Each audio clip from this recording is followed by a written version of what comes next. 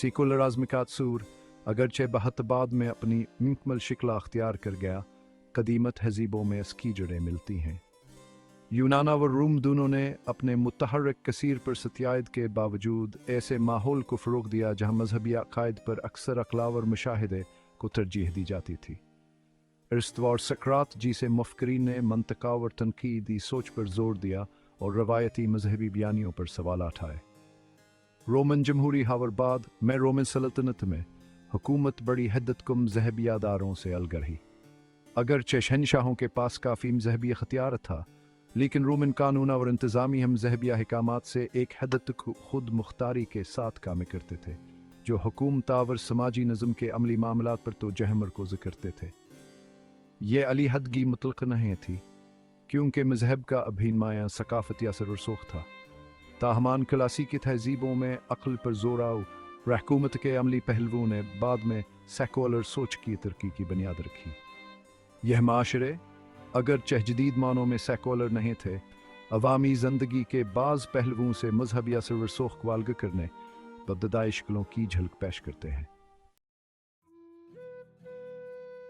Roman سلطنت کے زوال کے بعد یورپ قرون وسطیٰ میں داخل ہوا، جبکہ اسلامی دنیا نے علمی اور ثقافتی عروج کا ایک قابل ذکر دور دیکھا، جسے اسلامی سنہری دور کے نام سے جانا جاتا ہے۔ اس دور کے دوران مسلمان اسکالرز نے ریاضی، فلکیات، طب اور فلسفہ میں نمایاں شراکت کی، قدیم یونانیوں کے علم کو محفوظ کیا اور اسے مزید آگے بڑھایا۔ اس دور میں اسلامی الحیات کے اندر اقلیت پسندانہ سوچ میں اضافہ ہوا۔ ابن سینا اور ابن رشد جیسے اسکالرز نے مذہبی متن کی تشریح میں عقل اور منطق پر زور دیا۔ ان کے کام کایوں اور عالمی تاریخ پر گہرا اثر پڑا، جس نے مغرب میں کلاسیکی یونانی فکر کو دوبارہ ہم تعارف کرانے میں مدد کی۔ عقل اور علم پر اثر زور نے مختلف مذہبی برادریوں کے لیے اسلامی دنیا کی رواداری کے ساتھ مل کر قدیم دنیا اور یورپین سانحہ کے درمیان علمی خلیج کو پر کرنے میں اہم کردار ادا کیا۔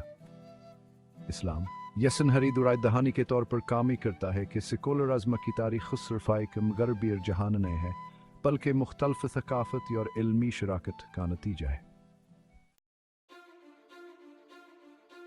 نشائط ثانیہ نے یورپ میں گہرے ثقافتی اور علمی انقلاب کے دور کو نشاندہ کیا۔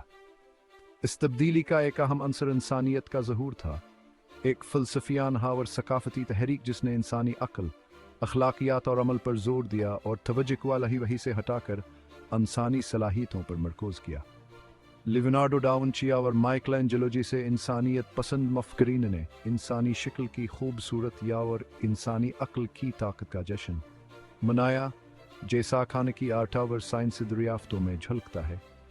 توجہ کو آسمانوں سے زمینی دائرے کی طرف منتقل کرنے نے علمی زندگی پر چرچ کی بالادستی کو لکارا۔ کلاسیکی تعلیمات اور انسانی صلاحیتوں میں اس نے دلچسپی نے روایتی مذہبی اختیار پر سوالات اٹھانے کا باعث بنا اور اصلاح کلیسیا اور روشن خیالی کی راہ ہموار کی۔ نشاط ثانیہ نے انسانی عقل اور تجربے پر زور دے کر ایک زیادہ سیکولر عالمی نظریہ کی بنیاد رکھی تاکہ وہ علماء اور اخلاقیات کے درست ذرائع کے طور پر کام کر سکیں۔ سیکشن 4 پروٹسٹنٹ اصلاح کلیسیا مذہبی اختیار کل کارنا۔ 16ویں صدی نے پروٹسٹنٹ اصلاح کلیسیا کے ساتھ یورپ کی مذہبی زمین کی زین میں زبردست تبدیلی کا مشاہدہ کیا۔ مارٹن لوتھر کے کیتھولک چرچ کے اختیار کل کارنے سے شروع ہو کر اصلاح کلیسیا کے نتیجے میں مختلف پروٹسٹنٹ فرقوں کا ظہور ہوا۔ اصلاح کلیسیا کے مرکز میں انفرادی ضمیر اور ایک فرداور خدا کے درمیان براہ راست تعلق کا خیال تھا، جو چرچ کے کردار کو ثالث کے طور پر للکار تھا۔ صحیفے کی انفرادی تشریح پر اس زور نے زیادہ سے زیادہ ہم ذہبی ترتیب میں حصہ ڈالا، جس نے چرچ کے مطلق اختیار کو مزید کمزور کر دیا۔ اگرچہ اصلاح کلیسیا خدا ایک ذہبیت حرکت تھی، لیکن انفرادی ضمیر پر اس کے زور اور قائم شدہ مذہب جہبندی پر سوال اٹھانے کے سیکولر سوچ کی نشوونما کے لیے اہم مضمرات تھے۔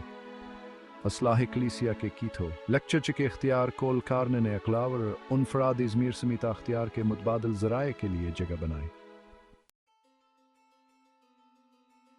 سیکشن 5 روشن خیالی وحی سے بڑھ کر عقل۔